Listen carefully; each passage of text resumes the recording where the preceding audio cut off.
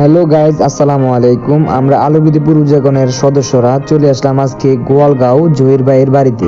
জহির ভাইয়ের স্ত্রী কার থেকে জানি শুনছে যে আমাদের আলোকিত পূর্বজাগরণ একটি মানবিক সংগঠন, তাই জহির ভাইয়ের স্ত্রী আমার সাথে দেখা হওয়ার পরে আমার কাছে বলে যে আমার এমন কয়েকটা পিলার লাগে আমার এই ঘরের জন্য। তারপর আমি জানাই যে আচ্ছা ঠিক আছে, আমি আমার আলোকিত পূর্বজাগরণ সংগঠনকে জানাবো। তারপর আমি আপনাদেরকে জানাচ্ছি। তারপর বাড়িতে গিয়ে সাথে সাথে আমি আমার সংগঠনকে জানানোর ঠিক পরের দিনই আমাকে জানায় যে তাদের বাড়িতে নিয়ে পিলারগুলো পৌঁছে দেওয়ার জন্য। আর একটা চমৎকার বিষয় হচ্ছে যে আমরা যাদেরকে পিলারগুলো দিব তাদেরকে আসলে আমরা জানাইনি যে আজকে তাদেরকে পিলার দিব। এটা একটা সারপ্রাইজের মতো হয়ে গেছে।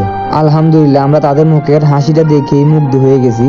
আমি বিশেষভাবে ধন্যবাদ জানাই আমার সংগঠনের প্রবাসী ভাইদেরকে, যারা বিদেশে এতটা কষ্ট করার পরেও তারা দেশের কথা, তাদের গ্রামের কথা, তাদের অঞ্চলের কথা চিন্তা করে। আমি আসলে গর্বিত তাদের জন্য। দোয়া করি তারা যেন সবসময় এরকম গরিব দুঃখী মানুষের পাশে দাঁড়াতে পারে।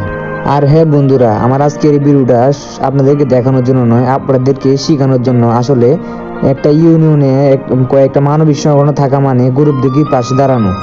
আপনারা সবাই সবার জায়গা থেকে যদি গরিব দুঃখী মানুষের পাশে দাঁড়ান, তাহলে আপনারা দেখবেন আপনার ইউনিয়নে, আপনার গ্রামে একটা গরিব দুঃখী মানুষও থাকবে না, কেউ কষ্টও পাবে না।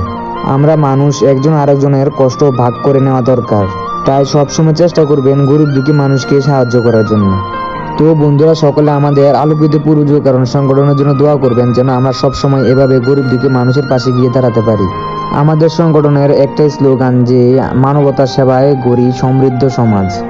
আমি আবারও ধন্যবাদ জানাই আমার কলেজের টুকরা প্রবাসী ভাইদেরকে, যারা এত কষ্ট করে তার নিজ সংগঠন, তার নিজ এলাকা নিয়ে ভাবে। তো বন্ধুরা, সকলে আমার জন্য দোয়া করবেন, আমি যেন সবসময় এমন ভালো ভিডিও আপনাদের মাঝে দিতে পারি এবং সবসময় গরিব দুঃখী মানুষের পাশে গিয়ে দাঁড়াতে পারি। তো বন্ধুরা, সকলে আমাদের এই সংগঠনের জন্য দোয়া করবেন। দেখা হবে অন্য কোনো নতুন ব্লগ ভিডিওতে। সকলে ভালো থাকবেন। আল্লাহ হাফেজ।